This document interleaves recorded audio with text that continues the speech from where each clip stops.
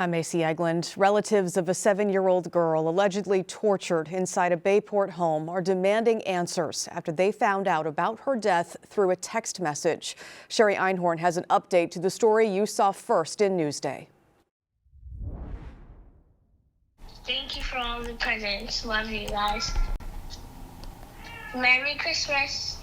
That's the voice of 7-year-old Jor'Dynn Duncan 4 days before she died. She was always loved. She was always like wanted.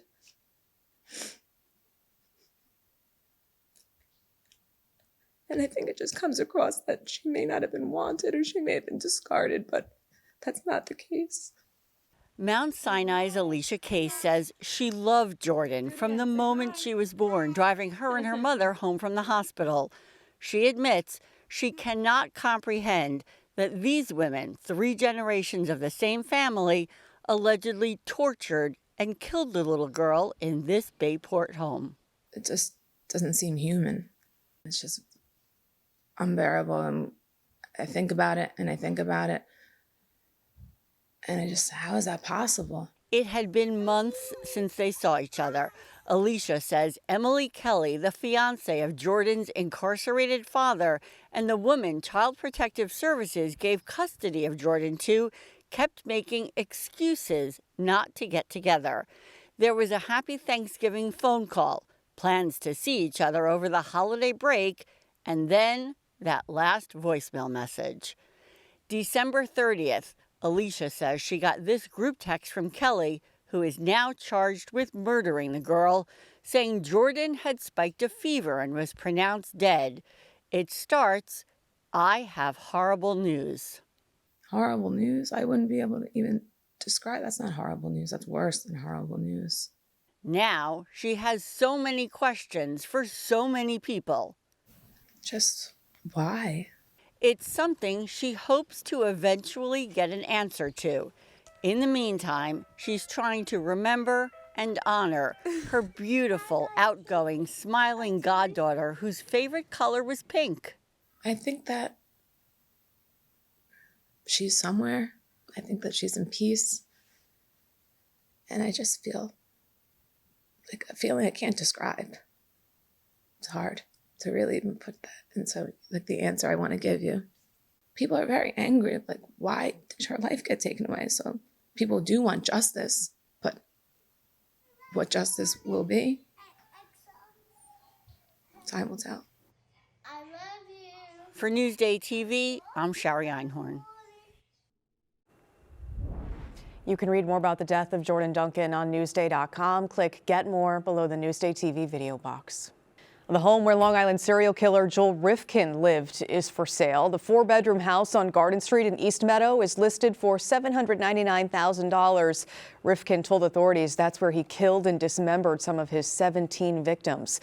You can learn more about Rifkin's crimes by watching Newsday's exclusive series Picture This. Click Get More below the Newsday TV video box. Roadwork starts tonight in Bellport. One side of Sunrise Highway and one side of Station Road will be closed so crews can work on the Station Road Bridge. That's happening between 10 p.m. and 5 a.m. for the next 4 weeks. Plan ahead.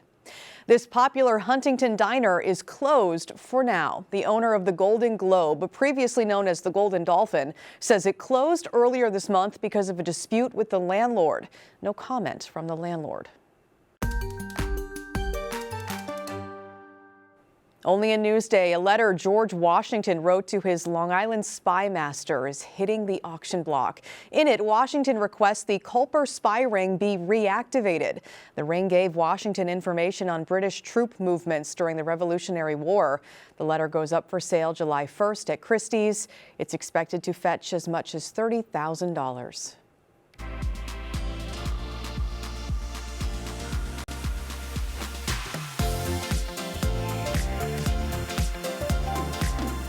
Pride Month begins today, and Long Island will be celebrating all throughout June. The biggest event, the annual Long Island Pride Parade and Festival, is on the 14th. It kicks off in Huntington and makes its way to Heckscher Park for a free concert.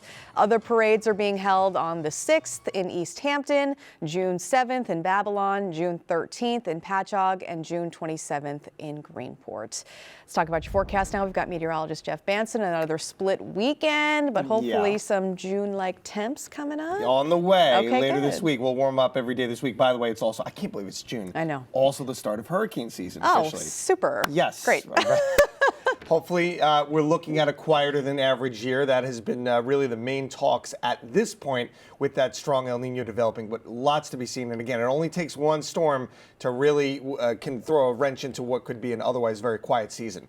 It's a quiet morning out there, but there are some sprinkles, but it's giving us these really cool camera shots. This is Conscience Point Marina down in Southampton, and we can get that fiery sky on the horizon there. The clouds are coming over right now, so we've got a few more hours of these showers. We'll show you where they're at in just a second. Let's get on over to your weather graphics here. We're going to start with the hurricane names. Here's the list, and a lot of these names you may have seen before. They have been recycled largely. One in particular may stand out to Long Islanders, and that would be the I storm, Isaias. Remember that back in 2020.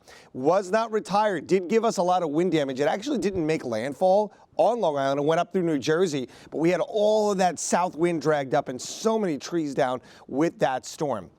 Hopefully we don't get to even see that storm this year, but again, we'll see.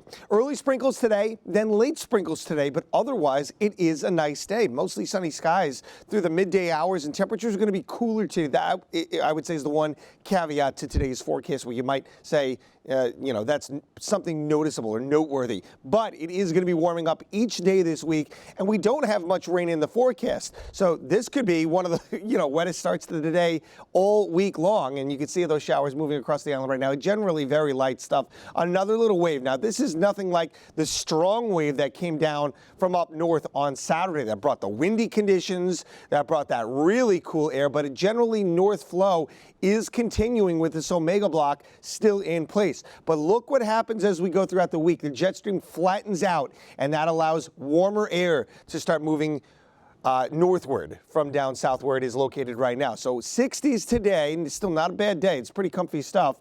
70s for the next 3 days, and then we're looking at 80s by the end of the week. And again, can't rule out that pop-up shower today. Most of us do not see it, so it is a largely dry day. I think you could probably get away without any rain gear out there. Another cool night tonight. Look at this. We're down into the 40s again, very crisp with that north flow continuing. Tomorrow we'll get into the 70s, a couple of sprinkles maybe around again, and it looks like a really nice day. And then we really start to feel that warm up on Wednesday. So you can see with the northeast wind today, we'll only be getting to barely 60 degrees out towards the Twin Forks. Should be well into the 60s as you work your way a little further west. Same goes for tonight. I wouldn't be surprised to see West Hampton, with that sandy soil, the good radiational cooling that we'll have with these clear skies. Wouldn't be surprised to see you guys drop well down into the 40s as we did at times over the weekend.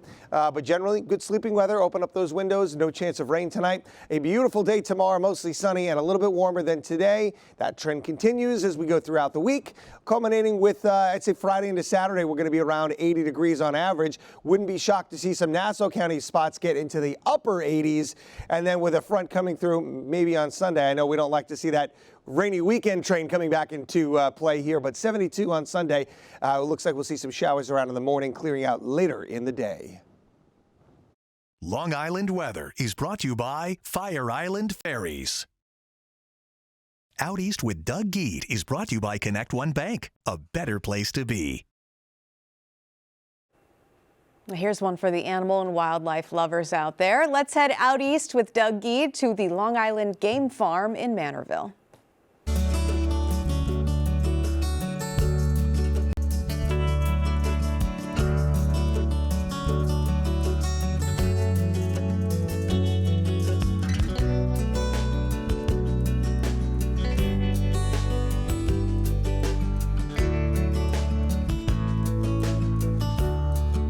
Long before Splish Splash, the Long Island Aquarium, and the wineries, there was another tourist attraction on the East End that's still going strong today.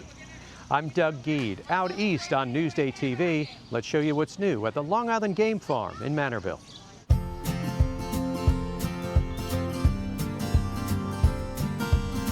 It was 1970 when Stanley and Diane Novak bought a 26-acre parcel near the end of the expressway and created something new and unique to Long Island.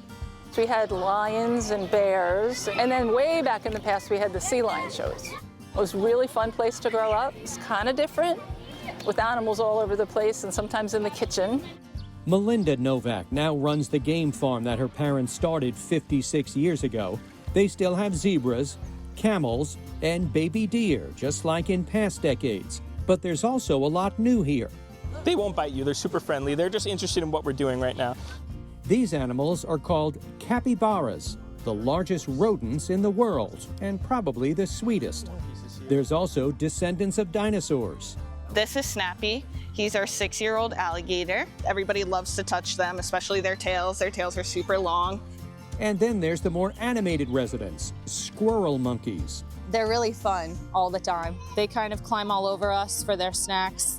We're doing incredible things here. We're doing a lot, updating a lot of facilities. If you notice, we have the capybara pond. We have the soon-to-be completed alligator pond. We had an upgrade on our tortoise pond.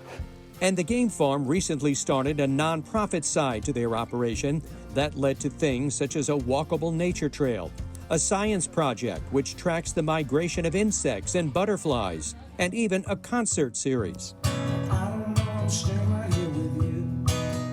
It's all part of the efforts of a second-generation owner to preserve a unique Long Island landmark for future generations. My dream would be that the park just gets better and better, and perhaps in 100 years it could become a nature park. But I want it to be a place for Long Islanders to come and get back to nature. We need it. In Manorville for Newsday TV, I'm Doug Geed.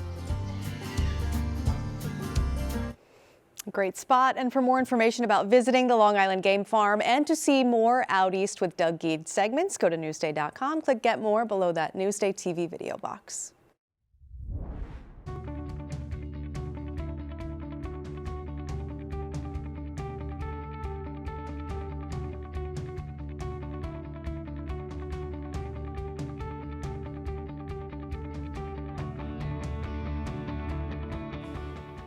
See more on these stories on Newsday.com and watch us streaming anytime on Local Now, YouTube, and the other streaming services you see there.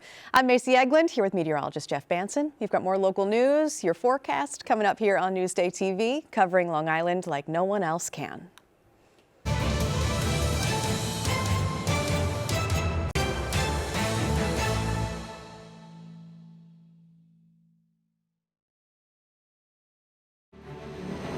Powerful and personal. Newsday's documentaries explore the Long Island experience. Now streaming on Newsday TV.